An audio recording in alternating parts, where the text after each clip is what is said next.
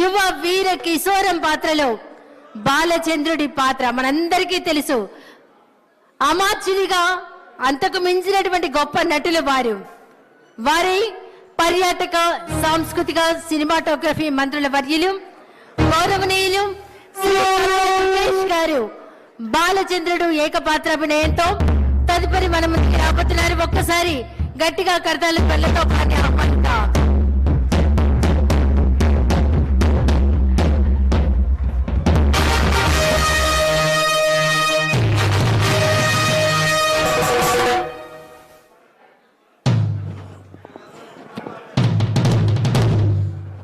ఇది అడ్డొస్తుంది. ఇది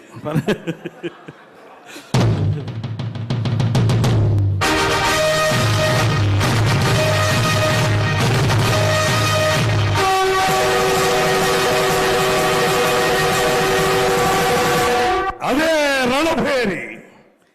ఈ ఘోర కలికి, ఈ మారణ హోమానికి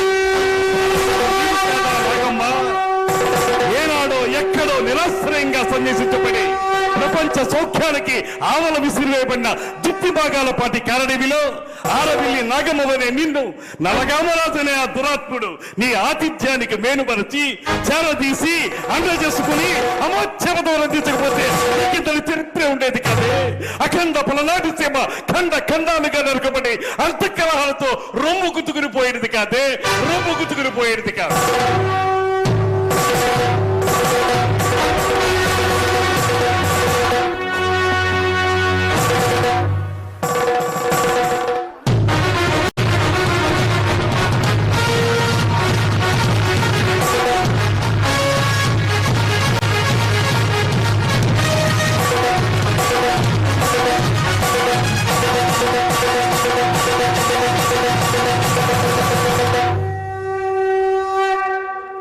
అలుపన్నది లేకుండా ఆశాంతం అద్భుతంగా పలికిన బాలచంద్రుడి ఏకపాత్రాభినయంలో అలా వచ్చి ఇలా మెప్పించినటువంటి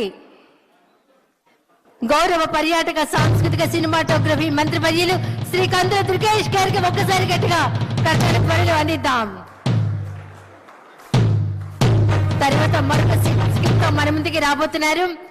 సమయం సందర్భం లేని ఎన్ ఈశ్వరరావు గారు, సుందరపు విజయ్ కుమార్ గారు, శాసనసభ్యుల బృందం. ఒకసారి కడతాల త్వరలతో వారిని ఆహ్వానిద్దాం.